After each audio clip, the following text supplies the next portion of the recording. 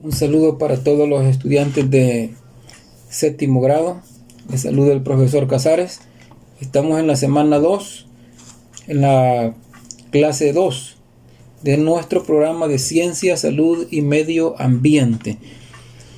Bien, vamos a iniciar. Ya pues algunos de ustedes probablemente ya han iniciado con el PDF que se les ha enviado anteriormente. En esta oportunidad pues quiero explicarle algunos detalles, ¿verdad?, del tema de esta semana. Empezamos con la unidad número 2. La unidad número 2, ¿verdad? El programa de Ciencia, Salud y Medio Ambiente trae 13 unidades. Las primeras unidades son unidades muy cortas, de tal manera que en la semana 1 concluimos con la unidad 1. En este caso vamos a dar inicio a la unidad número 2. La unidad pues se llama propiedades de la materia, y el contenido que vamos a iniciar se llama propiedades y magnitudes físicas. Quiero decirles que todos los objetos en la naturaleza tienen ciertos atributos o cualidades. Esas cualidades pueden ser medibles o pueden ser no medibles. Todos los cuerpos tienen estas propiedades. Pueden ser, como les decía, simples cualidades como el color del pelo, el color de los ojos, el patriotismo que tiene una persona. Son cualidades, es decir, no podemos medirlas a través de un número. No podemos medirlas a través de un número. Pero también hay otras propiedades que son cuantitativas, es decir, podemos medirlas a través de un número, podemos expresarlas a través de un número. Por ejemplo, la edad de una persona, 10 años, 12 años, 15 años, podemos expresarlas a través de un número. La estatura la podemos expresar en metros, podemos medir también el peso de una persona, la masa de una persona, la densidad de una persona, la temperatura de un cuerpo. Podemos expresarlas en 30 grados Celsius, menos 10 grados Celsius. Es decir, las propiedades de los cuerpos las podemos dividir en esos dos grupos, ¿verdad? Las que pueden expresarse a través de una cualidad y las que pueden expresarse a través de un número. De tal manera que hay que ponerle mucha atención a esto, porque al final hay una actividad que está relacionada con esto. Quiero también explicarles que la parte que estamos viendo en esta ocasión, en lo que es ciencia, es una parte que corresponde a un área que se le llama física. Dentro de los grandes estudiosos de la física que tenemos en el tiempo de la historia, tenemos a Albert Einstein, tenemos a Isaac Newton, a Copérnico, Galileo Galilei, Kepler, entre otros. Son personas que a lo largo de la historia nos han brindado muchos avances científicos, y gracias a ellos, al trabajo que ellos han realizado, nosotros vivimos en la comodidad que vivimos ahora. Hay un personaje muy conocido, se le llama Nikola Tesla, ¿verdad? Otro hombre llamado Marconi, son los que dieron los principios para lo que eran las ondas electromagnéticas, las ondas de radio, y pues ahora nosotros tenemos la telefonía celular, donde no necesitamos tener cables, ¿verdad? Todo es inalámbrico, y se vino a complementar pues hoy en este tiempo, pero los estudios eran desde hace muchísimo tiempo atrás. Quiero explicarles también que en la rama de la física que estamos estudiando, en la parte de ciencias naturales, conocemos ciertas propiedades de los cuerpos, ¿verdad? Como por ejemplo el espacio y también el tiempo, ¿verdad? Cuando decimos espacio nos referimos a la distancia, y la distancia la cual podemos medir con un metro o con una cinta métrica, la medimos en metros, la medimos en centímetros, la podemos medir en pulgadas, la podemos medir en yardas, la podemos medir en kilómetros, etc. Y lo que es el tiempo es una magnitud física que podemos expresarlas en segundos, en minutos, en horas, en lustros. Un lustro es equivalente a 5 años. También la podemos expresar en décadas. Una década tiene 10 años y por ende pues una década tiene 2 lustros. Y así, ¿verdad? También podemos expresar periodos de tiempo de microsegundos, nanosegundos, etcétera. Entonces estas dos son magnitudes físicas porque podemos expresarlas a través de un número. También tenemos quizá algo que podamos mencionar acá como las propiedades fundamentales, ¿verdad?, de la materia, como por ejemplo el peso, la masa, la densidad, etcétera. También mencionarles sobre los sistemas de unidades. Los sistemas de unidades son ciertas agrupaciones de ciertas magnitudes fundamentales y derivadas. Es decir, conocemos lo que se le llama el Sistema Internacional de Unidades. Este Sistema Internacional de Unidades está compuesto por 7 magnitudes fundamentales, que son lo que quiero presentarles en un momento. Pero antes, pues acá tenemos lo que son las magnitudes físicas. Son todo lo que puede ser medido de manera cuantitativa, usando instrumentos fabricados de acuerdo con un patrón de medida que establece un orden de comparación con una medida predefinida. Es decir, para una medición tenemos un instrumento de medida. Si yo quiero medir, por ejemplo, la masa de un objeto, pues voy a usar una balanza. Si yo quiero medir la temperatura de un cuerpo, voy a usar un termómetro. Y cada instrumento de medida me puede dar diferentes unidades de medida.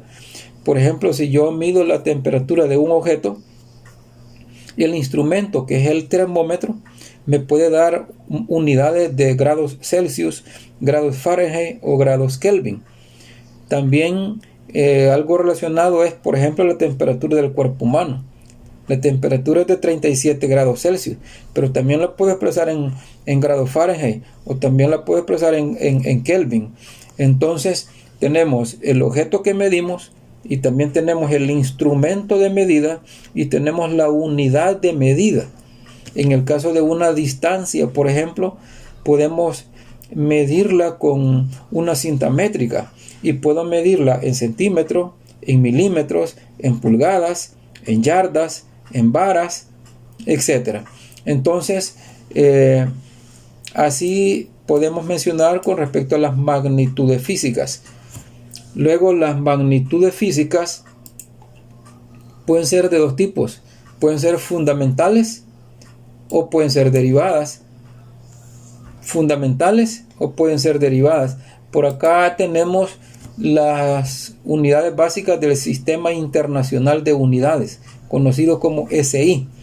Las unidades fundamentales son la longitud, que se expresa en metros, y el símbolo de metros es la M minúscula. También tenemos la masa, que se expresa en kilogramos, kg. Mucha atención a esto. La masa se expresa en kilogramos. Nosotros comúnmente usamos la libra, pero la masa en el sistema internacional no son libras, sino que son kilogramos. En la unidad de tiempo tenemos el segundo. La temperatura tenemos Kelvin. Cantidad de sustancia tenemos el mol. Corriente eléctrica tenemos el amperio. Algunos libros le escriben ampere, en honor al científico llamado André Ampere.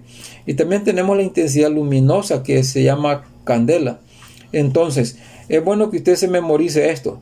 ¿Cuáles son las magnitudes fundamentales del sistema internacional? Son 7. Longitud, masa, tiempo, temperatura, cantidad de sustancia, corriente eléctrica, intensidad luminosa. Y cada magnitud tiene su unidad, cómo se expresa, ¿verdad? El metro, el kilogramo, segundo, Kelvin, mol, amperios, candela. Y tenemos la simbología, las abreviaturas. Pero también tenemos lo que es las magnitudes derivadas. Las derivadas son las que se obtienen a partir de las magnitudes fundamentales. Es decir, cuando combino dos magnitudes fundamentales, dos o más magnitudes fundamentales, voy a obtener una magnitud derivada. Por ejemplo, la fuerza. Cuando nosotros empujamos un objeto, le aplicamos una fuerza. Esa fuerza yo la puedo expresar en unidades de Newton, pero también la puedo expresar en otras unidades, por ejemplo, dinas o también el poundal. Sin embargo, para el sistema internacional de unidades, para ese sistema, la unidad que vamos a usar se llama Newton y se expresan en dimensiones de kilogramo, metro, segundo cuadrado. También tenemos la presión. Cuando le ponemos aire a las llantas de la bicicleta o a las llantas del vehículo, utilizamos un manómetro y le aplicamos cierta cantidad de aire y se mide en presión. Y en el SI, la unidad de presión, o el nombre mejor dicho, se le llama Pascal, en honor a Blaise Pascal, y se abrevia PA y se simboliza como Newton sobre metro cuadrado. Pero la presión no solamente se puede expresar en pascales. En el SI solamente es pascal, pero también la podemos expresar de manera general como el PSI. También la podemos expresar en bares, milibares, ¿verdad? Milímetros de mercurio, etc. También tenemos la energía, que se expresa en joules. También tenemos la frecuencia, hertz. La frecuencia, pues, cuando usted sintoniza la radio, usted busca los números de la frecuencia de la radio y lo identifica por el número. 97.5, 100.1, esa es la frecuencia. Y la frecuencia se expresa en hertz. También tenemos el potencial eléctrico, que se expresa en voltios. Las casas, por ejemplo, tienen un potencial de 110 voltios a 220 voltios. También tenemos el campo magnético, llamado Tesla. La unidad se le llama Tesla, en honor a Nikola Tesla. Tenemos el ángulo plano, que se llama radián, y el estero-radián, que es el ángulo sólido. Esto que está acá son las dimensiones, es decir, cómo se expresan estas magnitudes. Entonces, eso es en cuanto a las magnitudes físicas fundamentales y derivadas. Son los cuadritos que les he estado explicando. También tenemos las magnitudes escalares y las magnitudes vectoriales. Toda magnitud es una propiedad física de un cuerpo que la podemos expresar a través de un número. Ahora, también tenemos las magnitudes escalares, pero también tenemos las vectoriales. ¿Cuál es la diferencia entre ambas? La diferencia es que en las magnitudes escalares las expresamos simplemente a través de un número, pero en las vectoriales las expresamos a través de un número y a través de una dirección. Por ejemplo, cuando yo aplico una fuerza sobre un objeto, le aplico la magnitud, es decir, el número, la fuerza que le estoy aplicando, pero también esa fuerza está dirigida hacia algún lugar. Entonces quiere decir que la fuerza es una magnitud física vectorial. Ahora, cuando nosotros revisamos el tiempo y decimos qué hora es, bueno, son las 8 de la noche, son las 6 de la mañana. Para poder entender que son las 6 de la mañana, no necesitamos nada más que ese número. Por lo tanto, el tiempo es una magnitud escalar. Otra magnitud escalar es la temperatura, porque para saber que un objeto ya está en estado sólido, yo debo de saber que está abajo cero.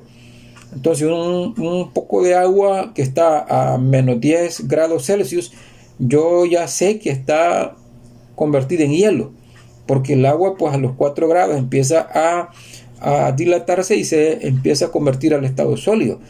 Pero cuando tenemos una cierta cantidad de agua en un recipiente y está a 100 grados Celsius, entonces debo de entender que el agua ya se está pasando a estado de vapor, porque el agua ebulle a los 100 grados Celsius.